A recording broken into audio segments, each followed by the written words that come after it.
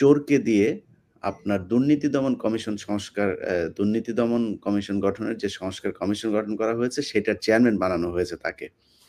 অথচ তিনি নিজেই একজন চোর। আপনারা এর আগেই জানেন যে দুর্নীতি দমন কমিশনের চেয়ারম্যান হিসাবে একজনকে নিযুক্ত করা হয়েছে আসিফ নজরুল এবং প্রথম আলো ডেইলি স্টারের যেই আ মদতদাতারা আছে তারা মিলে যার বিরুদ্ধে রয়েছে দুর্নীতির ব্যাপক অভিযোগ, যাকে নিয়ে তদন্ত হয়েছে, শাস্তি হয়েছে, এই ধরনের একজন মানুষকে আপনার দুর্নীতি দমন কমিশনের বর্তমানে চেয়ারম্যান বানানো হয়েছে এবং সেই কমিশনের চেয়ারম্যান বানানোর জন্য আগে থেকেই সংস্কার কমিশনের চেয়ারম্যান আবার ইফতেখারুজ্জামানকে বানানো হয়েছে। অতএব আপনাদেরকে বুঝতে হবে এখন পর্যন্ত এই যে সারা দেশে আপনারা দেখছেন এক করে প্রাইভেট বিশ্ববিদ্যালয় থেকে বিভিন্ন ছেলে-মেয়েদেরকে বিভিন্ন জায়গায় হত্যা করা হচ্ছে। নানানভাবে তাদেরকে মেরে ফেলা হচ্ছে।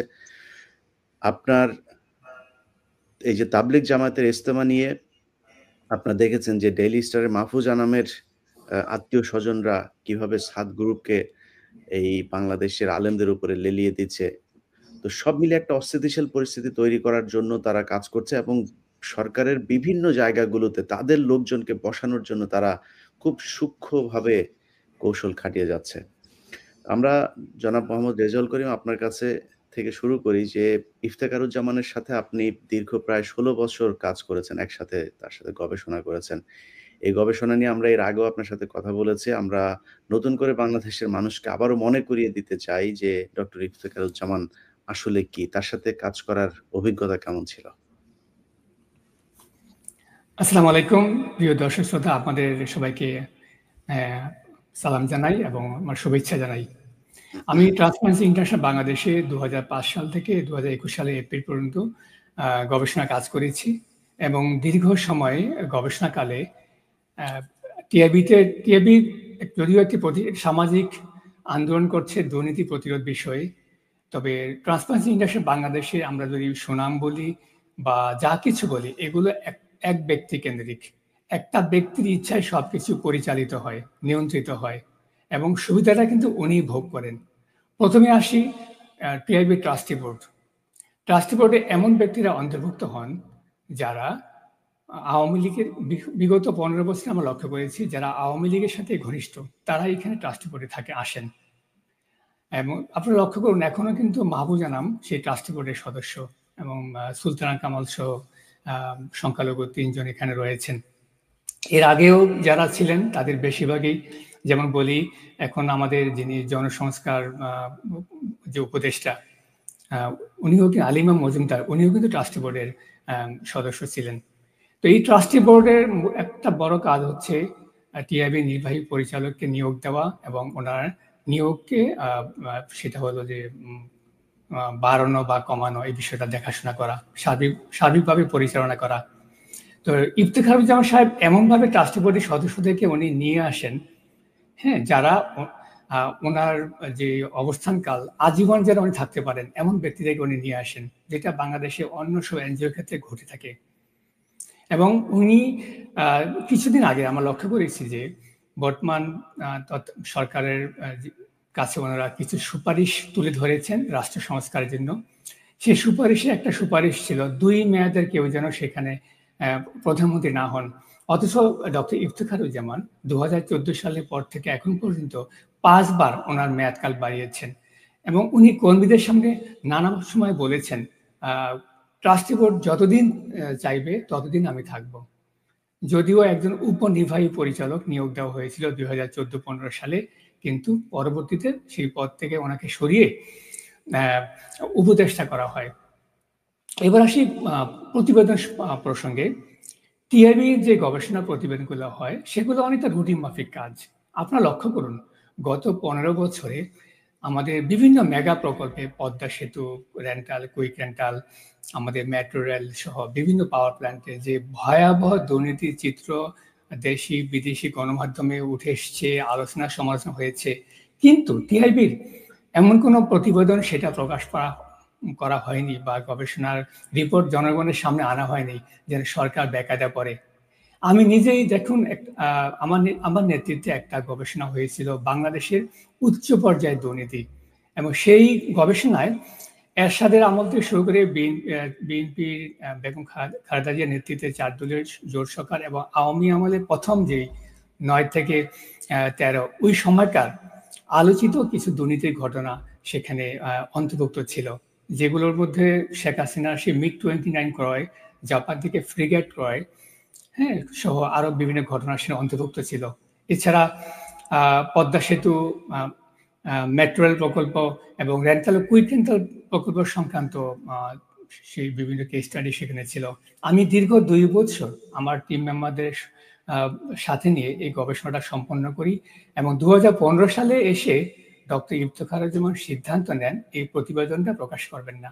কারণ এই প্রতিবেদনে এমন কিছু বেরিয়ে এসেছিল, শেখ হাসিনা এবং রাষ্ট্রের উচ্চ পর্যায়ে যে মহা দুর্নীতিগুলা, যে ঘটনাগুলো আমি সেই গবেষণায় তথ্যগুলো বের করে নিয়ে এসেছিলাম, সেখানে সরকারের ভাবমূর্তি অনেকটা ক্ষুণ্ণ হওয়ার ঝুঁকি ছিল।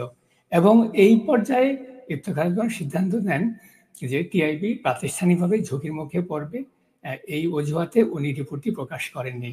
কিন্তু সেই রিপোর্টটা ছিল বাংলাদেশে এই যাবৎকালের একমাত্র প্রাতিষ্ঠানিকভাবে সম্পাদিত বৃহৎ দুর্নীতি সংক্রান্ত ঘটনা।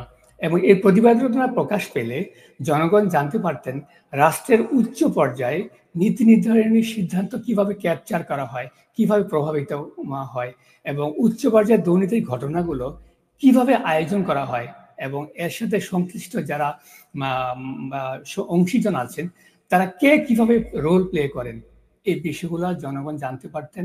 এবং রাষ্ট্রের ভবিষ্যতে একই ঘটনা পুনরাবৃত্তি রোধে তখন কিন্তু মানুষের মধ্যে একটা জনসচেতনতা সৃষ্টি হতো।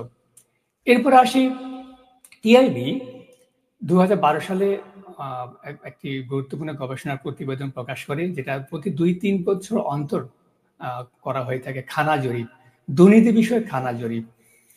তো 2012 সালে যে খাতগুলো ছিল দুর্নীতিগ্রস্ত, তার মধ্যে সেটা ছিল আইন শৃঙ্খলা রক্ষাকারী বাহিনী বা পুলিশ বিভাগ।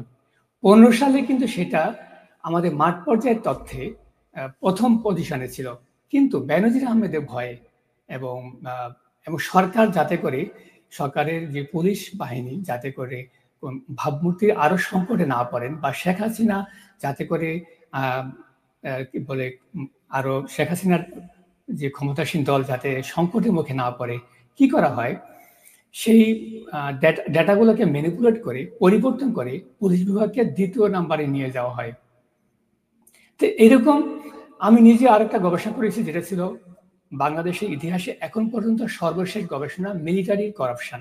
আপনারা জানেন 2007 ও 2008 সালে আমরা সবাই জানি যে মইনু বা ফখরুদ্দিন আহমেদের নেতৃত্ব যে দুর্নীতি বিরোধী অভিযান পরিচালনা করা হয়েছিল, অনেক ভালো কাজ করেছে, আমরা স্বীকার করি। যেমন একটা ভোটার লিস্ট করেছে, আরো বিভিন্ন বিষয়। কিন্তু সেই সময়ে যে ভয়াবহ দুর্নীতি হয়েছে, এই তো সিভিল পাওয়ারের মাধ্যমে বেসামরিক প্রশাসনে তারা যখন আসছিল, 2 বছর মাঠ পর্যায়ে ছিল, যেই ভয়াবহ রকম দুর্নীতি হয়েছে, রাজনৈতিক মাইনাস করার নামে, -2 ফর্মুলা বাস্তবায়নের নামে যে রাজনীতির যে নির্যাতন, সেখানে চাঁদাবাজি, ব্যবসায়ীদেরকে নির্যাতনের মাধ্যমে যে চাঁদাবাজি, হাজার হাজার কোটি টাকা যে সেখানে তোলা হয়েছিল, 1232 কোটি টাকা কিন্তু সেখানে মানে ফর্মালি রাষ্ট্রীয় কোষাগারে জমা দেওয়া হয়েছিল। তো আমি এই গবেষণায় যে তথ্যগুলো পেয়েছিলাম, মাঠ পর্যায়ে যাচাই বাছাই করে 2 বছরের চেষ্টায় বেশিরভাগ তথ্য কিন্তু সেই প্রতিবেদন থেকে বাদ দেওয়া হয়। বাদ দিয়ে কি করা হয়, বলা যায় যে 20% তথ্য যে রিপোর্টটা প্রকাশ করা হয়েছিল 2013 সালে, সেইটা জনসমক্ষে আনা হয়। সর্বশেষ বন বিভাগের উপর একটা গবেষণা করা হয়েছিল, সেটা আমার নেতৃত্বে করেছিলাম। সেখানে তখনকার বন ও পরিবেশ মন্ত্রী ডক্টর হাসান মাহমুদ এবং উনি এবং ওনার ওয়াইফ ওনার পদ এবং পদবীকে ব্যবহার করে বান্দরবান এলাকায় কয়েকটি পাহাড় দখল করেছেন, এবং সেই বিষয়গুলো কিন্তু উঠে এসেছিল। তো এর যখন প্রতিবেদনে খসড়াটা উপস্থাপন করা হয় টিআইবির অভ্যন্তরে, এই বিষয়টা কিন্তু সে প্রতিবেদন থেকে বাদ দেওয়ার জন্য বলা হয়। এইভাবে টিআইবির বিভিন্ন গবেষণা প্রতিবেদন গত 2009 থেকে 15 সালের মধ্যে, 21 সালের মধ্যে আমি যে সময়টা টিআইবিতে ছিলাম, আমি লক্ষ্য করেছি সরকার যাতে নাখোশ না হন, সরকারের ভাবমূর্তি যাতে ক্ষুণ্ণ না হয়, এবং শেখ হাসিনা যাতে করে টিআইবি নির্বাহী পরিচালকের প্রতি বিক্ষুব্ধ না হন, সংক্ষুব্ধ না হন, সেগুলোকে প্রভাবিত করে, পরিবর্তন করে, পরিমার্জন করে বা কাটছাঁট করে জনগণের সামনে নিয়ে আসা হয়।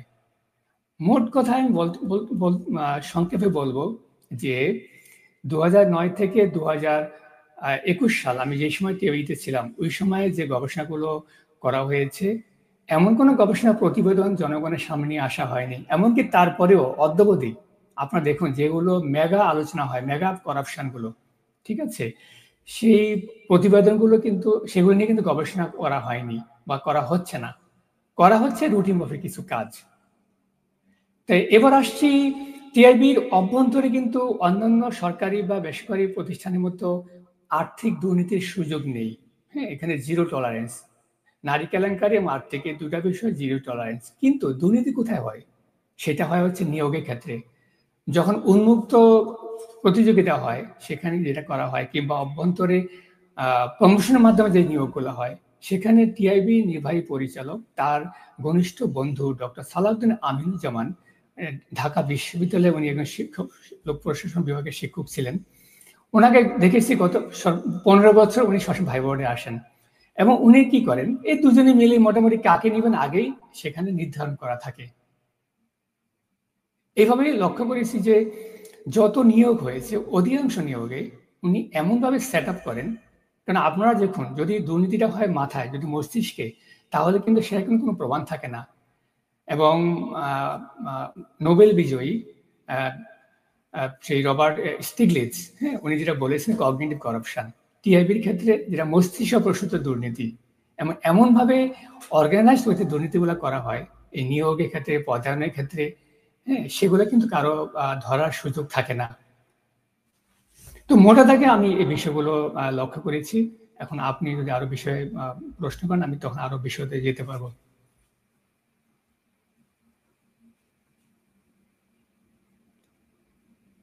দুঃখিত। যে উনার অফিসে আপনি কাজ করেছেন। সেক্ষেত্রে এই যে এত বছর একজন মানুষ একটা স্বৈর শাসকের মতো একটা প্রতিষ্ঠান ধরে রেখেছে। তো উনার প্রতিষ্ঠানের কেউ কি এটা নিয়ে কোনো কিছু বলে না? বা বাইরে থেকেও কোনো চাপ আসে না? কিংবা যেই প্রতিষ্ঠান, যেই ট্রান্সপারেন্সি ইন্টারন্যাশনাল সো কল্ড একটা দুর্নীতির পরিমাপক যে সংস্থা, তাদেরকে আপনারা কখনো কেউ জানান নাই? জানাইলে তারা কি তার ব্যাপারে কোনো ব্যবস্থা নেওয়া হয় না? এরকম দুঃসাহস কারো নেই। টিআইবির ভেতরে একটি কমিটি আছে, যেটা হলো যে কারো যদি অভিযোগ থাকে, অম্বুডসম্যান, হ্যাঁ, যদি কারো সেটা মাহবুব জানা হচ্ছেন সেটার সভাপতি। কিন্তু আমার জানা মতে, শোনা মতে বা দেখা মতে, আমি যে 15 বছর ছিলাম, একটি অভিযোগও সেখানে জমা হয়নি।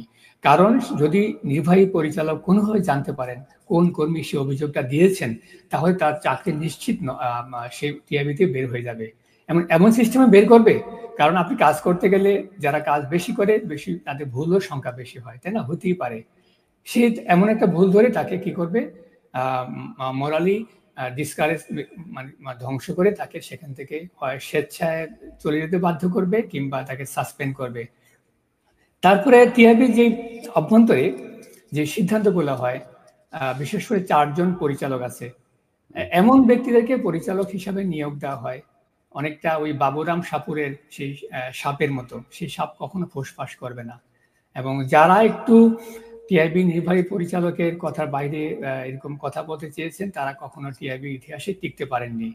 কাজেই পরিচালকরাও কিন্তু, এবং এমন এই ধরনের কোনো ঘটনা আছে যে আ অভ্যন্তরীণভাবে কোনো কাউকে ফাঁসিয়ে দেওয়া হয়েছে, বা কেউ কথা বলতে চেয়েছে, বা ওনার মনে হয়েছে যে আপনি সেই ব্যক্তিকে দিয়ে হয়তো উনার মতো করে কাজ করানো সম্ভব হবে না। সেই ক্ষেত্রে তাকে কোনো ষড়যন্ত্রের ফাঁদে ফেলে অফিস থেকে বের করে দেওয়া হয়েছে। এই ধরনের কোনো আ হিস্ট্রি আছে কিনা?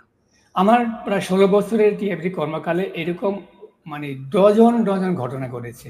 যেই কর্মী বিভিন্ন, উনি যেটা করেন, প্রতি মাসে একটা অল স্টাফ মিটিং হয়, সাপ্তাহিক মিটিং হয়। যারা একটু ভোকাল, যারা উনি কি চাচ্ছেন, সেই ধারার বাইরে যারা কথা বলে বা একটু প্রতিবাদ করে, কিংবা যারা একটু ভোকাল, তাদেরকে এমন সিস্টেম করে বের করেন যেটা আসলে আমরা খুব সহজেই ধারণা করতে পারি যে উনি এরপরে আর থাকবেন না। এরকম প্রচুর কর্মী উনি বের করে দিয়েছেন, অসংখ্য পরিচালককে উনি বের করে দিয়েছেন।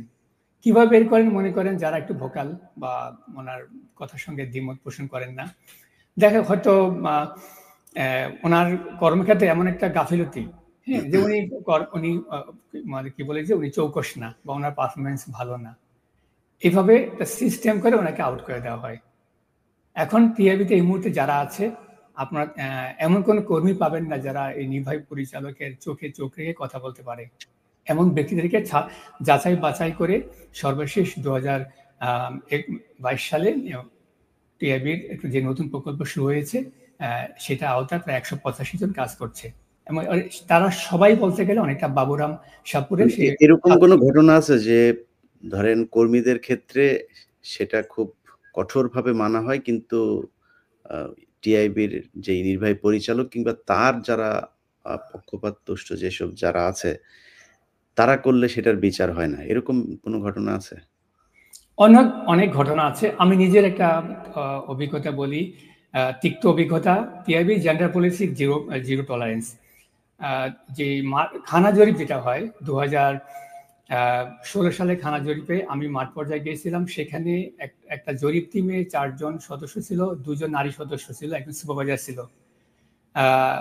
একজন সুপারভাইজার একজন নারী সদস্যকে নানাভাবে জেন্ডার হ্যারাসমেন্ট করার চেষ্টা করছিল। এগুলো আমি জনসম্মুখে না বলাই ভালো। আমি যখন এটা আজ করতে পারি, আমি তখন এসে আমার যিনি সুপারভাইজার এবং ওই গবেষণাটা যিনি তত্ত্বাবধায়ক ছিলেন এবং উনি প্লাস ওনার যে 3 জন ডেপুটি, তাদের সামনে এটা বলি, মুখে বলি। এরপর যেটা করা হয়, টিআইবি নির্বাহী পরিচালক আমাকে ডেকে নিয়ে, টিআইবির ভেতরে একটা টর্চার সেল আছে, যেটা আয়না ঘরের মতো অনেকটা, বোর্ডরুম সেটা, হ্যাঁ। এই বোর্ডরুমে নিয়ে যারা বোর্ডরুমে যায় তারা ওখানে একটা ভয়ঙ্কর পরিস্থিতির মুখোমুখি হয়ে ফেরত আসে, হ্যাঁ, কাউকে বলতে পারে না। আমাকে কি করা হয়, এক পর্যায়ে বলে, আপনি আমাকে কেন সরাসরি জানাইলেন না, আপনি কেন লিখিত আকারে জানাইলেন না? আমি বললাম, টিআইবির কোনো নথিপত্রে এটা উল্লেখ নাই। আমি সরাসরি তাৎক্ষণিকভাবে ব্যবস্থা নেওয়ার জন্য ওই কর্মীর বিরুদ্ধে আমি যে গবেষণাটির টিম লিডার, হ্যাঁ, এবং ডেপুটি টিম লিডার যে 3 জন, তাদেরকে জানিয়েছি। উনি পরে যেটা করলেন, আমার বেতনের অংশ কর্তন করলেন। আচ্ছা, আমি বললাম যে আমার আগে আরো 2 জন সহকর্মী গিয়েছেন, ওটা হাইড করে গেছে, আমাকে কেন করলেন? তখন এটা আমি কোনো সদুত্তর পাইনি। এটাও ইনজাস্টিস করা হয়েছে। এটা কেন করেছেন? সেই সময় আপনারা জানেন হাইতিতে একটা ভূমিকম্প হয়েছিল। সেখানে বিভিন্ন এনজিও গুলা কাজ করছিল। সেখানে অনেক যৌন হয়রানির অভিযোগ আসছিল। ওই সময় এটা top of the country, top of the world ছিল এই ইস্যুটা। টিআইবি নির্বাহী পরিচালক দেখাতে চেয়েছে যে বাংলাদেশেও এই ধরনের ঘটনা, টিআইবি যেহেতু একটা মডেল অর্গানাইজেশন, তারা খুব জিরো টলারেন্স অনুসরণ করে এবং উনি এটাকে আমাকে অনেকটা বলা হয় যে কি বলে একজ্যাক্ট টার্মটা, যে বলি পাঠা বানিয়ে আমার স্যালারি কাটা হয়। অথচ দেখুন, আমার আগে 2 জন কর্মী ছিল, তাদেরকে শোকজও করেনি, বেতনও কাটেনি। আমি বলেছি আমার আগে যারা গিয়েছে তাদেরকে তারা হাইড করে গেছে। আমি কিন্তু ওদের সুরক্ষার জন্য মাঠ পর্যায়ে ব্যবস্থা নিয়েছি, কাউন্সিলিং দিয়েছি, তাৎক্ষণিকভাবে ঢাকায় এসে জানিয়েছি। এরপর যেটা করেছেন ওনারা, তাৎক্ষণিকভাবে একটা এইচআর পলিসিতে একটা নীতিমালা করেছেন যে এটা লিখিত জানাতে হবে। আমি মনে করি এটা অন্যায়। আর একটা অন্যায় কথা বলি, বিশ্ববিখ্যাত দুর্নীতি বিষয়ক গবেষক এবং লন্ডন ইউনিভার্সিটির শিক্ষক ডক্টর মুস্তাক খান, ওনার সারা পৃথিবীতে বাংলাদেশের টিআইবি, দুদক সহ বিভিন্ন প্রতিষ্ঠানের সাথে ওনার প্রজেক্ট আছে। আচ্ছা, ওনার একটা প্রকল্পে উনি আমাকে কনসালটেন্ট হিসাবে নেওয়ার জন্য উনি আমাকে আগ্রহ প্রকাশ করেছিলেন। আমি যখন লিখিত আকারে ইমেল দিলাম, উনি কি করলেন, আমাকে টিআইবি নির্বাহী পরিচালক এটাকে রিফিউজ করলেন। অথচ টিআইবির ভেতরে ওনার যারা অনুগত বেশ কিছু কর্মী বছর পর বছর তারা কনসালটেন্সি করে বাইরে। আমি সততার জন্য, স্বচ্ছতার জন্য, জবাব দেওয়ার জন্য যখন আমি লিখিত আকারে ওনাকে মেইল করলাম যে আমি অনুমতি চাই, আমি ছুটির দিনগুলোতে কাজটা করব, হ্যাঁ, এটা বিরাট একটা মানে সুযোগ ছিল। এবং ডক্টর মুস্তাক খান পৃথিবীর জীবন্ত কিংবদন্তি অ্যান্টি কারাপশন ফিল্ডে, হ্যাঁ, উনি সারা পৃথিবীর সব শীর্ষ পর্যায়ে ইউনিভার্সিটি উনি পড়িয়ে বেড়ান, ঠিক আছে, কিন্তু আমি সেই সুযোগটা হারিয়েছি। এইখানে একটা বৈষম্য করেছে।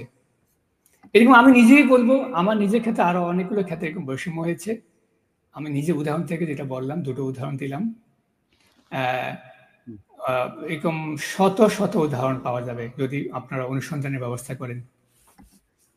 না তো এত কিছুর পরেও মানে উনাকে এই বর্তমান সরকার ডক্টর মোহাম্মদ ইউনূসের সরকারকে তো আমরা নিশ্চয়ই একটা বৈষম্য বিরোধী একটা সরকার মনে করি। তো সেক্ষেত্রে উম এই ডক্টর ইফতেখারুজ্জামানকে দুর্নীতি দমন কমিশন সংস্কারের জন্য চেয়ারম্যান বানালো। এটার কারণ কি মনে করেন? এটা হচ্ছে দেখুন যে আমরা জানি রাষ্ট্রের যে রাষ্ট্রীয় যে প্রতিষ্ঠানগুলো রয়েছে, একটা জনপ্রশাসন, বিচার বিভাগ, প্রশাসন সহ সর্বক্ষেত্রে শেখ হাসিনা রেখে যাওয়া পুরো সেটআপটা রয়ে গেছে।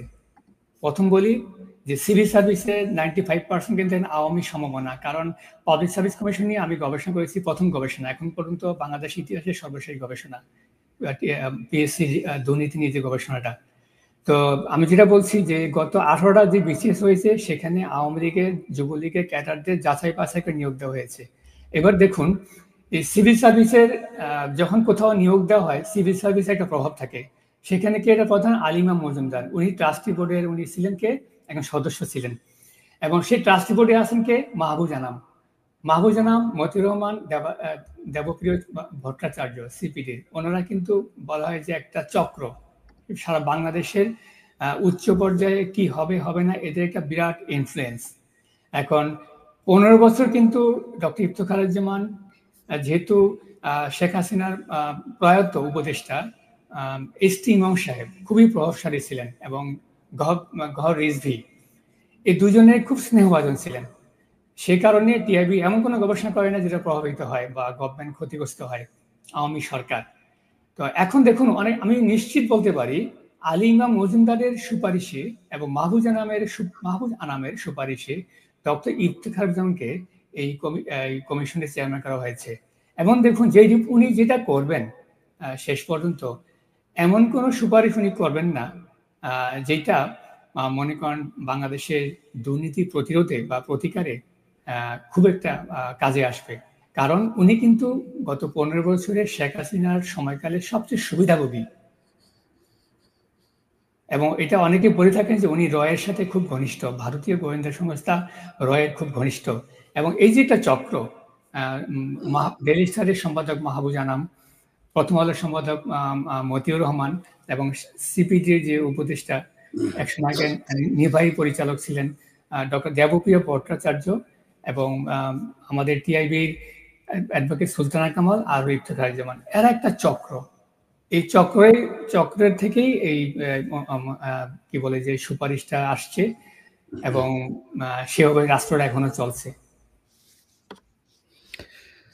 জি, অনেক কিছু জানলাম। প্রিয় দর্শক, আপনারা যাকে দেখছেন জনাব রেজাউল করিম। রেজাউল করিম অত্যন্ত মেধাবী একজন মানুষ। উনি শুধু টিআইবিতে কাজ করেছেন তা নয়। উনি ম্যাট্রিক এবং ইন্টারে অ্যা বোর্ডে স্থান করা একজন আ কি বলবো যে মেধাবী একজন শিক্ষার্থী ছিলেন। তিনি ১ম আ বাংলাদেশী যিনি কিনা অস্ট্রিয়ার ভিয়েনাতে স্কলারশিপ নিয়ে তারপরে মাস্টার্স করতে যান। তিনি পৃথিবীর বিভিন্ন দেশে পড়াশোনা করেছেন। এই মুহূর্তে তিনি মালয়েশিয়াতে মালয় ইউনিভার্সিটিতে তিনি পিএইচডি গবেষণা করছেন। তো যাই হোক, আ উনার আ উনাকে আমি সবসময় বলি যে আপনি সোশ্যাল মিডিয়াতে আসেন। বিভিন্ন কথাবার্তা নিয়ে বিভিন্ন রিসার্চ করা। উনি যেহেতু অনেক সারা জীবনই উনি গবেষণার কাজে কাজ করেছেন, খুবই নিয়মানুবর্তিতার মধ্য দিয়ে চলেন। আ তো উনার একটা YouTube চ্যানেল আছে। আমি আমার এই লাইভের ডেসক্রিপশন বক্সে এবং পিন কমেন্ট করে রাখবো। উনার YouTube চ্যানেলটা আপনাদের সবাইকে সাবস্ক্রাইব করার অনুরোধ থাকলো, এবং Facebook পেজ দেয়া থাকবে সেখানে। সবার কাছে অনুরোধ থাকবে। আ অনেক মূল্যবান কথা উনার কাছ থেকে আপনারা শুনতে পারবেন। সবশেষ যে বিষয়টা বলতে চাই প্রিয় দর্শক, আমরা একটা বিশাল যুদ্ধের মাঝখানেই আছি আসলে এখনো। আ যে বিষয়টা দেখা যাচ্ছে যে দেশের অধিকাংশ অধিকাংশ বললে ভুল হবে, আসলে প্রায় ৯৯ ভাগ সাংবাদিক থেকে শুরু করে আ দেশের রাজনীতিবিদ থেকে শুরু করে বিভিন্ন ব্যবসায়ী সবাই আসলে অ্যা একটা মানে অদ্ভুত রকমের একটা জিনিস দেখা যাচ্ছে যে কেমন যেন আসল যে কথাটা, যে সত্য যে কথাটা, সেই কথাটা বলতে কোথায় যেন ভয় পাচ্ছে।